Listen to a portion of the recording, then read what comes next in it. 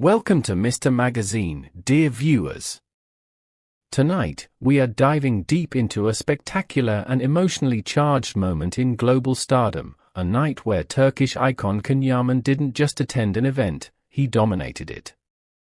Before we begin, don't forget to like this video, subscribe to Mr. Magazine, and tap that join button to support our growing family. Now, let us unfold the extraordinary aura that swept through Vanity Fair stories, where Can Yaman's presence became the gravitational center of the entire evening. From the very instant his silhouette emerged at the entrance, something shifted in the air.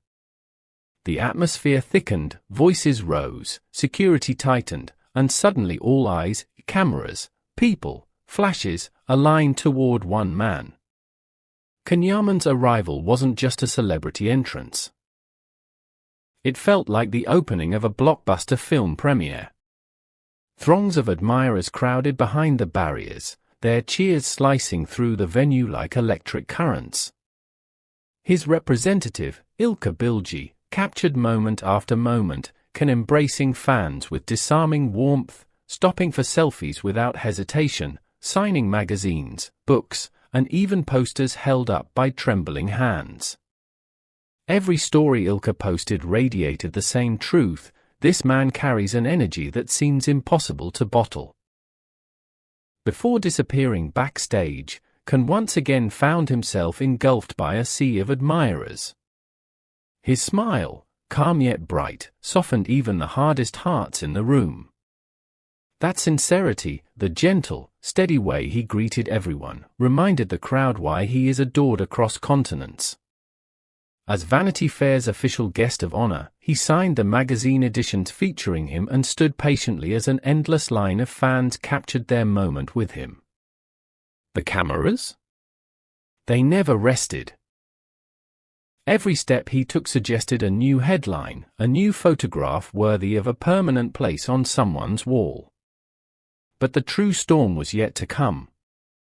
Journalist Susanna Parise shared extensive clips of the exclusive interview, giving the world a rare window into the emotional and exhilarating atmosphere inside. At one point, the screen behind Can lit up with two unreleased trailers from Sandakin, the long-awaited comeback project that has already become a myth in European entertainment circles. What happened next stunned even the Vanity Fair staff. The room erupted. People sprang to their feet. A minute-long standing ovation. Thunderous cheers. Gasps of awe. And in the midst of all that energy, Can sat quietly, humbled, watching a project he poured his soul into ignite an entire audience.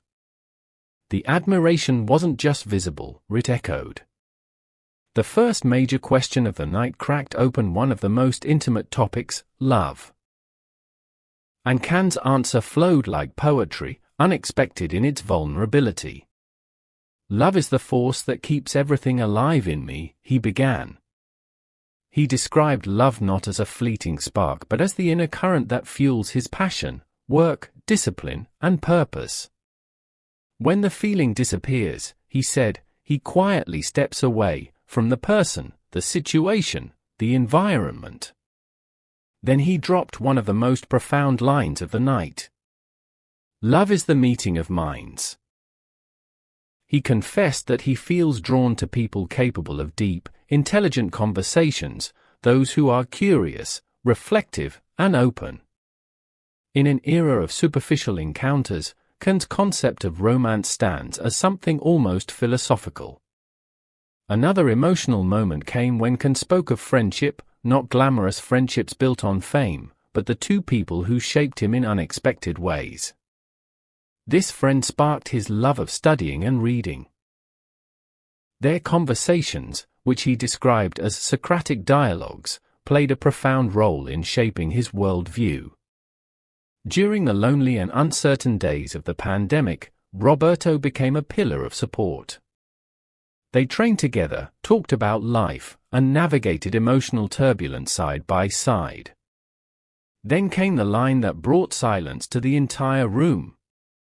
True friends remain in the same place inside you, even when you can't see them. It was a moment so raw that even the audience paused, absorbing the weight of those words. Perhaps the most explosive part of the night arrived when the conversation shifted toward his past experiences in Turkey, controversies, relentless tabloid pressure, fabricated stories, and public misunderstandings that chased him throughout his early career. Instead of bitterness, the audience witnessed something unexpected. Maturity. Calmness. Peace. Can admitted that the press had worn him down for years, attacking him without mercy.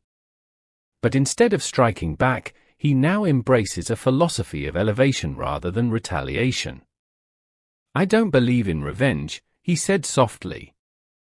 "Revenge leads nowhere." When asked about the accusations that he'd bought popularity or rented crowds, he simply smiled. "My revenge is time. I walk my path and let time speak for me." The room exploded into applause, another standing ovation.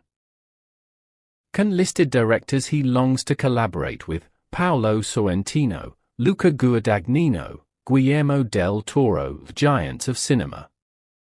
But then he revealed something more intimate. "Life introduced me to the director of Sandakin. And I think I'd like to work with him for the rest of my life." That's gratitude.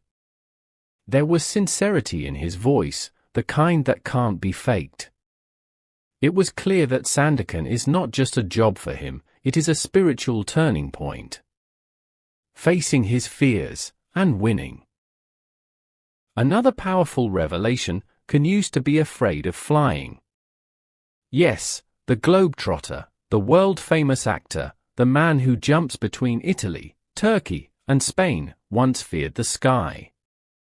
But instead of hiding from it, he faced it head-on, attending events, pushing himself to travel, refusing to let fear dictate his life. Overcoming fear, he said, is now part of his personal discipline. His entire life philosophy revolves around stepping outside the comfort zone, even when it terrifies him. He described the qualities he seeks with clarity, almost as if painting a portrait. A sense of safety he can rely on. A personality built on balanced contradictions. Simplicity mixed with a touch of madness. Kindness fused with intensity. A soul capable of depth without causing harm. In short, he seeks a complex, passionate, mature energy, someone who feels like both a storm and a sanctuary. No ambition for titles. No dream of position. No hunger for social labels. Can Yaman dreams of inner peace. He wants a heart that stays young, curious, and continuously open to new learning. He wants to grow, adapt, and evolve. Not for fame, but for himself. By the end of the interview, one truth emerged. This is not the same Can Yaman who first entered the industry. This is a man who has shed old layers, confronted his demons, and reconstructed himself piece by piece. Love, loyalty, vengeance, fame, fear, ambition. He spoke about all of them with a presence that can only come from deep introspection. Vanity Fair stories became a stage for his rebirth. Even Ilka's behind-the-scenes posts were enough to send tabloids into a frenzy, and they certainly will in the coming days. The firestorm of applause, the emotional confessions, the Sandakin previews, the thunderous reactions, all prove one thing. Can Yaman isn't just an actor. He is a cultural phenomenon reshaping the entertainment landscape. He has entered the strongest, calmest, most grounded chapter of his career. His success is not purchased. His fame is not manufactured. His path is carved through work, discipline, and evolution. Tonight marked the beginning of something new, a chapter the industry will discuss for years. And here at Mr. Magazine, we will continue bringing you every detail as this new era unfolds. Before you go, don't forget to subscribe, hit the like button, join our community through the join feature, and tell us in the comments. What surprised you the most about Can Yaman's revelations? Which Turkish celebrity should we feature next? And how excited are you for Sandakin? This is Mr. Magazine, signing off with admiration for a star who continues to rise.